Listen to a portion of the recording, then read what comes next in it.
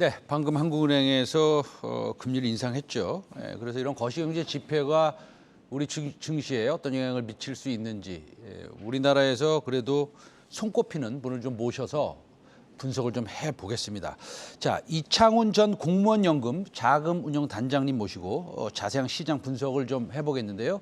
전화 연결된 걸로 알고 있습니다. 자, 단장님 안녕하세요. 네, 안녕하십니까. 네.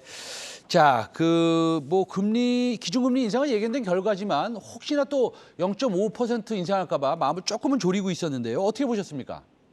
네, 그렇죠. 만약에 0.25%는 시장에서 다 예상했던 수준이고요.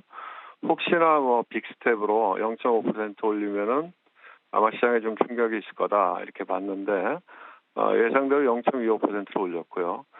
다만 이제 물가 전망을 높게 한 것 같아요, 기존에서. 그래서 물가 전망을 좀 더 높였기 때문에 향후의 통화 정책이 조금 더 매파적으로 가지 않나. 아마 그런 우려들을 지금 시장이 좀 하는 것 같고요. 그다음에 이제 중요한 거는 이제 하는 총재의 기자회견이겠죠. 하는 총재 기자회견에서 향후에 한은의 통화 정책 스탠스가 어떻게 움직일지가 아마 예측될 것 같은데 그거에 따라서 시장이 한 번 더 영향을 받을 것 같습니다. 근데 일단은 제가 보기에는 0.25% 올린 거는 그렇게 큰 충격은 아니었는데 아마 물가 전망을 좀 높인 부분에 대한 시장의 우려가 좀 있는 것 같아요. 미국으로 잠깐 가보면요, 단장님. 미국에서는 네, FOMC 의사결 결과가 어저께 이제 나와서 우리가 좀 봤지 않습니까? 네네. 50bp를 두 번 올리고 차근차근 올리겠다. 전혀 예상된 결과 예상된 내용인데요. 지금 보면 10년물 국채 금리가 이게 내려가고 있고요. 그다음에 소위 공급망에 대한 벤더 리딩 타임도 확연히 떨어지고 있고 여러 가지를 봤을 때 혹시 이게 인플레이션이 조금 피크아웃하는 거 아닌지 아니면 오히려 이게 리세션 침체로 가는 건지 어떻게 우리가 갈팡질팡 정하지를 못하겠더라고요. 우리 단장님은 어떻게 보세요? 그 물가는 아마 피크아웃 할 가능성이 많다고 봐요. 그러니까 지금 물가 특히 이제 미국의 물가라고 하는 게 물론 이제 수요 측면도 있지만 공급 측면에서 유발한 측면이 많기 때문에 우리가 이제 유가하고 그다음에 이제 가스 가격을 보면 어느 정도 예측이 될 텐데 최근에 유가가 물론 100불 이상에 있긴 하지만 그 상태에 추가적으로 더 올라가고 있지는 않거든요. 그런데 전반적으로 수요 관련된 지표들은 조금씩 떨어지고 있기 때문에 아마 물가 자체는 피크아웃 할 가능성이 많은데 시장에서 걱정하는 거는 그런 거죠. 물가가 더 이상 올라가지 않더라도 그 수준이 예를 들어서 7%, 6%이 정도의 수준이면 여전히 통화 정책에 상당히 부담스러운 거죠. 왜냐하면 이제 미국의 연방준비은행이 목표로 하는 물가 수준이라고 하는 게 한 2.5%이 정도니까 그 2배 이상 되는 수준이면 통화 정책은 여전히 매파적일 수밖에 없다. 이제 이런 걱정이 있기 때문에 근데 이제 다른 편으로 보면 그래서 시장이 한 20% 이상 하락한 거기 때문에 그 정도는 아마 가격에 반영이 다 된 것 같고요. 두 번째로는 이제 시장이 제일 걱정하는 거는 지금 통화 정책을 긴축으로 바꾸는데 그렇게 돼서 지금 앵커님이 이야기한 대로 경기가 급속도로 위축되면 어떻게 하나. 1분기 미국의 GDP로 보면 마이너스 성장을 했거든요. 그래서 우리가 통상적으로 두 개 분기 마이너스 성장을 하면 경기 침체라고 이야기하는데 그 경기 침체가 마일드하게 오면 괜찮은데 만약에 좀 세게 오면 그건 좀 충격이 있는 거 아닌가 이런 그 걱정들을 시장에서 하고 있는 거라고 저는 보고 있습니다. 됐습니다. 자, 물류가 병목 현상이 좀 해소되니까 사실은 물가가 좀 피크아웃 할 수 있는데 정점을 찍고 확연히 내려오지 않고 그 수준을 유지하면 그것도 좀 문제다라고 말씀하시는데 지금 달러 강세가 확연히 많이 보였습니다. 지난 한 2, 3개월 동안. 그러다가 사실은 조금 이제 좀 숨을 좀 돌릴 수 있나 이런 생각이 좀 드는데요. 달러 강세 어떻게 보십니까? 그러니까 올 만큼 온 것 같아요. 그러니까 지금 아마 이제 어제 시장에서 미국 FOMC 의사록이 나오고 나서 시장이 반등을 했었는데 그거는 이미 시장이 그냥 예상한 수준이다 이런 거고요. 그다음에 이제 달러 인덱스도 저희가 이제 IC 달러 인덱스를 보면 이게 한 105 수준까지 올라갔었거든요. 그랬다가 최근에 한 102까지 떨어졌는데 이게 제 기억으로는 2008년 금융위기 그 언저리에 갔던 수준만큼 같은 거거든요. 그러니까 지금의 여러 가지 뭐 이런저런 그 통화 정책에 관련된 이슈 이런 것들은 달러 가격이 어느 정도 이제 반영이 끝난 거 아닌가 이런 생각이 들고요. 이제 두 번째로 저희가 유심히 봐야 되는 게 근데 물가가 미국만 높은 건 아니거든요. 유럽도 높고 일본도 높거든요. 그래서 통화정책 측면에서 최근에 보면 유로가 다소 강해지는 모양이 있거든요. 그게 이제 라가드 22 총재가 유럽도 물가가 높기 때문에 통화정책을 조금 긴축적으로 바꿔야 될 거예요. 그래서 지금 마이너스 금리 수준인데 그거를 아마 이제 플러스 수준으로 아마 변경할 것 같은 그런 뉘앙스의 이야기를 했기 때문에 유로가 강해졌고 그다음에 엔화 같은 경우에도 지금 그 BOJ의 구로다 총재가 통화정책 스탠스를 뭐 현재에서 그냥 유지하겠다 이렇게 해서 엔화가 급속도로 약해져서 한 130엔 근처까지 갔던 거거든요. 그런데 일본도 보면 수입 물가 같은 게 10%가 넘어요. 그래서 아마 일본도 지금과 같이 완화적으로 가기는 어려울 거다. 그렇게 보면은 달러를 놓고 상대 통화인 유로와 엔이 상대적으로 조금씩 강해진다고 하면 달러가 고점을 찍은 게 아닌가 뭐 그런 생각이 들고요. 원 달러 같은 경우에도 1,300원 수준이면 저희가 그 코로나 때문에 엄청나게 막 충격이 왔을 때 그때 수준하고 비슷하거든요. 그래서 일단은 뭐 달러가 어느 정도 올 만큼 왔다 저는 그렇게 판단하고 있습니다. 네. 그 연준 위원들 중에서 뭐 2023년도 4년도에 또 금리 내릴 수 있다 이런 얘기도 좀 하고 있고요. 그리고 오늘 같은 경우에도 뭐 우리가 주시장을 하루만 보고 이렇게 딱 판단하기는 너무너무 어렵습니다만 그래도 이제 낙폭과대 성장주인 게임 섹터, 뭐 인터넷 관련주 내지는 콘텐츠 관련주, 게다가 또 바이오 섹터까지 조금 의미 있는 어느 정도의 의미 있는 반등이 좀 있는 것 같습니다. 이런 것들을 보셨을 때 단장님은 어떻게 생각하세요? 이제 그 완전히 베어마켓이니까 우리가 지금 아직도 방어적으로 가야 된다라고 생각하세요? 아니면 모멘텀 플레이를 잘 하는 게 좋지 않겠느냐? 뭐 어떻게 결정하시겠어요? 일단은 제가 보기에는 이제 급락은 어느 정도 멈추지 않을까 그런 생각이 들어요. 그래서 그 어제 이제 미국 시장이 그런 걸 보여줬는데, 일단은 통화 정책과 관련된 부분들은 반영할 만큼 반영해낸 것 같고요. 그런데 이제 시장이 걱정하는 건 두 가지. 나머지 남아있는 것들이 하나는 이제 경기 위축에 대한 거고, 그것도 이제 어느 정도는 마일드 리세션 정도는 오지 않을까, 그것도 그렇게 생각하는 것 같아요. 근데 이제 마지막으로 남은 게 2분기 실적이죠. 미국 같은 경우에도. 그러니까 최근에 보면 오늘도 이제 그랬지만 시간 외에서 엔비디아 실적이 발표되고 나서 엔비디아 주가가 한 10% 가까이 그 시간 외에서 빠지고 있잖아요. 그게 이제 엔비디아 1분기 실적은 좋았는데 2분기 가이던스가 좀 안 좋게 이야기를 했거든요. 근데 그게 엔비디아의 이슈만은 아닐 거거든요. 그러니까 다른 주요 기업들도 미국의 주요 기업들도 2분기에는 전반적으로 기업체 실적이 떨어질 가능성이 있거든요. 그래서 그것들을 아마 또 한번 받아내야 되는 과정이기 때문에 여기서 뭐 추가적인 급락은 없겠지만 시장이 뭐 다시 원상태로 쭉 올라간다 그렇게 예상하기는 어려울 것 같고요. 워낙 급락이 왔기 때문에 급락 이후에 기술적인 반등 그리고 바닥 다지기 그 정도가 아닐까 이런 생각이 들어요. 잘 알겠습니다. 오늘 전략까지 좋은 말씀 잘 들었습니다. 이창훈 전 공무원연금 자금운용 단장님이셨습니다. 감사합니다. 네, 고맙습니다. 네, 2007년 금융위기 이후에 한국은행이 긴축 속도를 높이고 있죠. 이분을 모시고 자세히 들여다보겠습니다. 장재철 KB국민은행 수석 이코노미스트입니다. 박사님 안녕하십니까? 어서 오세요. 네, 안녕하십니까? 네, 일단 오늘 금통이라서 제가 모셨는데요. 이창현 총재님 데뷔 전 어떻게 보셨어요? 뭐 시장 예상에 부합하는 결정하신 것 같고요.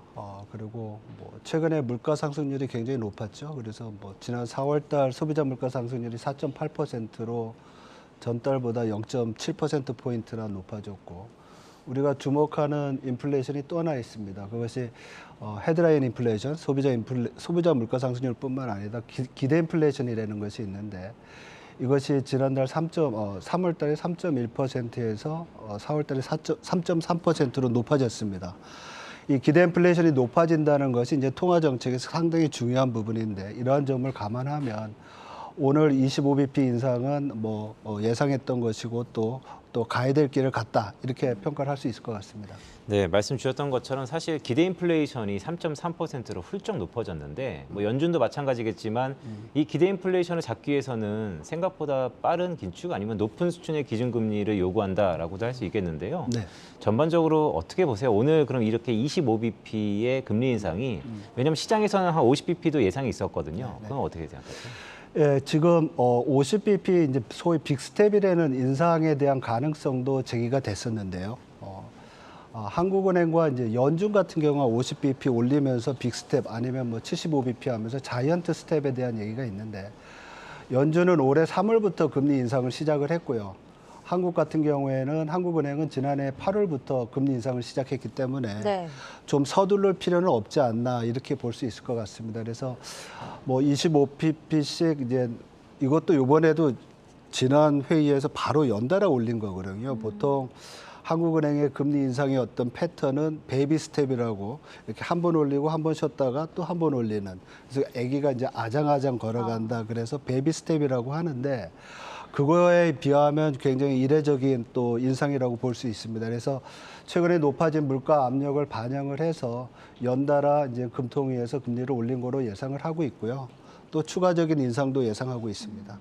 말씀해 주신 대로 2달 연속 이렇게 금리를 인상한 건 15년 만이라고 하니까 그만큼 특별한 상황이었다 이렇게 생각을 해볼 수 있을 것 같고요. 또 하나 눈길을 끈 점이 바로 경제 성장률을 2.7%로 하향 조정을 했는데 다른 기관들에 비해서 좀 대응이 늦었다라는 평가들도 있고요. 이게 과연 마지노선인가 또 하향 조정하는 것은 아닌가 하는 우려도 나옵니다. 여기에 대해서는 어떻게 보십니까? 예, 한국은행 같은 경우에는 그 경제 전망을 수정하는 텀이 좀 인터벌이 있습니다. 네. 반면에 이제 저희처럼 시장에 있고 많은 전망 기관은 매달 전망을 하니까 순간순간 수정 전망을 좀 빠르게 할 수 있는 부분이 있죠. 그래도 최근에 나타난 글로벌 다운사이드 리스크, 러시아, 우크라이나 전쟁이라든지 상당히 높아진 인플레이션, 글로벌 인플레이션 압력 등을 고려하면 여기다 또 이제 중국 리스크도 있었죠. 그렇죠. 예, 그런 걸 보면 하향 조정은 좀 맞는 것 같고요. 반면에 또 금리 인상에도 정부가 추경이라든지 또 여러 가지 또 경기 회복, 또 펜트업 디맨드도 있고 이래서 회복세가 크게 꺾이지 않는다고 하면 2.7% 정도는 무난하지 않을까 이렇게 예상을 해볼 수 있을 것 같습니다.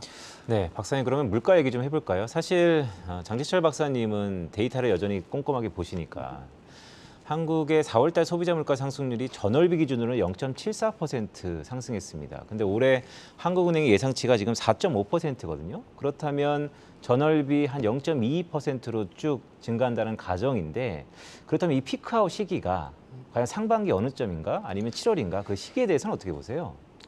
당초에는 2분기 말 6월, 7월이면 피크를 치지 않을까 이렇게 봤었습니다. 그렇지만 이번에 한국은행이 올해 소비자 물가 상승률을 당초 3.1%에서 4.5%로 상향 조정을 했는데 이건 아마도 최근에 그 고유가가 계속 지속이 되고 있고 특히 러시아 우크라이나 전쟁의 여파와 기상 이변에 따른 곡물 가격 상승이 올해 2분기와 3분기에 물가를 많이 올리지 않을까 이렇게 예상을 합니다. 그래서 피크아웃의 정확한 시점은 모르겠지만 추정하기 어렵지만 현 상황에서 2분기와 3분기 소비자 물가 상승률이 전년 동기 대비 5%를 넘는 그런 상황이 돼서 올해 평균적으로 4.5%니까 상당히 높은 수준입니다. 그래서 전월 대비로는 2분기, 3분기 때 좀 높고 4분기 때는 좀 완화되는 그런 예상을 합니다. 그리고 4분기에는 특히 이제 작년 하반기가 물가가 높았기 때문에 기저 효과가 좀 작용을 해서 전년 동기 대비로는 좀 낮아지지만 여전히 4% 이상을 유지할 거로 예상을 하고 있습니다. 네, 말씀을 쭉 들어보니까 정말로 바야흐로 인플레이션 시대인 거네요. 네, 지난주 보니까 신정부 경제정책 포럼 거기 나가셔가지고 이런 말씀하셨어요. 하느니 올해 말까지 기준금리를 2.25%까지 끌어올릴 거다라고 예상하셨는데 글쎄요, 경기가 그만큼 뒷받침이 될까요? 지금과 같은 상황은 사실 정책 당국한테는 굉장히 곤욕스럽습니다. 경기도 좀 부양을 해야 되는 상황이고 코로나 위기 이후에 뭐 여러 가지 소상공인이라든지 아니면 가계 부분에 있어서 어려운 점이 있었죠. 그래서 좀 경기를 좀 부양해야 되는 상황인데 물가가 높기 때문에 이 물가를 이제 우선적으로 잡아야 됩니다. 그래서 중앙은행 아니면 통화당국 입장에서는 경기보다도 물가가 더 우선시 될 수 있는 상황이고요. 그래서 금리는 앞으로도 계속 올리고요. 요번에 한국은행이 연간 물가 상승률을 4.5%로 전망을 했다고 하면 저는 이번에 올리고 3분기와 4분기에 한 번씩 더 올릴 거로 생각을 했었는데 네. 추가적인 인상 가능성도 있습니다. 그래서 연말이 되면 2.25가 아니라 2.5%가 될 수 있고요. 또 우리가 주목해야 될 것이 내년도 소비자 물가 상승률입니다. 지금 당초 전망보다 높은 2.9%를 전망을 했죠. 그리고 우리가 주목해야 될 것은 한국은행의 인플레이션 목표가 2%라는 것입니다. 그래서 올해와 내년에도 2%를 크게 상회한다고 하면 당초 전망은 내년도에 한 차례 정도 더 올릴 수 있다고 봤는데 추가적으로 올라간다고 하면 어쩌면 이번 인상 사이클에서 한국은행의 터미널 레이트이 3.0까지도 높아질 수 있는 상황이죠. 그래서 이러한 부분이 사실 내년도 경기에는 상당히 좀 부담이 될 수 있는 상황이 네. 아닐까 이렇게 걱정이 됩니다. 생각보다 높게 지금 바라보고 계신데 미국이랑 비교를 좀 해볼게요. 오늘 5월 FOMC 의사록이 새벽에 공개가 됐는데 여기서 시사점을 준 게 6월 달, 7월 달에 각각 50bp씩 올리고 3분기부터는 금리 인상 속도를 좀 조절할 수 있다. 이런 대응책이 나왔습니다. 한미 금리 역전이 일어날 가능성은 없을까요? 예, 정책 금리는 아마도 7월 달에 연준이 50bp를 올리면 네. 일단 정책 금리 면에서는 역전이 될 가능성이 있습니다. 그리고 이제 우리가 순차적으로 올리게 되면 비슷한 속도로 가겠지만 궁극적으로 정책 금리 역전이 생기고요. 이렇게 되면 시장 금리도 뭐 역전이 될 가능성은 배제할 수 없습니다. 그렇지만 일부에서는 이런 정책 금리의 역전이나 시장 금리의 역전이 한국에 들어왔던 자금이 유출되는 그런 이제 여러 가지 우려를 하잖아요. 근데 현재로서는 금리 역전 자체로서는 그렇게 크지 않다 이렇게 볼 수 있을 것 같습니다. 더 중요한 것은 이제 환율이 이제 상당히 약세로 전환될 경우, 이 경우에는 외국인 입장에서 보면 국내 금리 차뿐만 아니라 달러로 환전할 때 자기네들의 그 캐피탈 게인, 네. 자본 이익에 있어서 손해가 나기 때문에 환율의 변동이 더 큰 변수다 이렇게 볼 수 있습니다. 네, 환율의 변동이 좀 더 크다라는 말씀 주셨는데 금융시장 얘기 좀 해볼까요? 사실 FOMC 의사록도 그렇고요. 오늘 한국은행의 통화정책위원회 결정도 그렇고 이 금융시장이 요동치면 과거 그랬던 것처럼 연준의 풋, 뭐 파월의 풋 이런 기대감이 있는 것도 사실입니다. 하지만 과거랑 조금은 달라진 듯한 경기 상황 아니면 매크로 상황을 감안해 봤을 때 이번엔 어떨 거라고 보세요?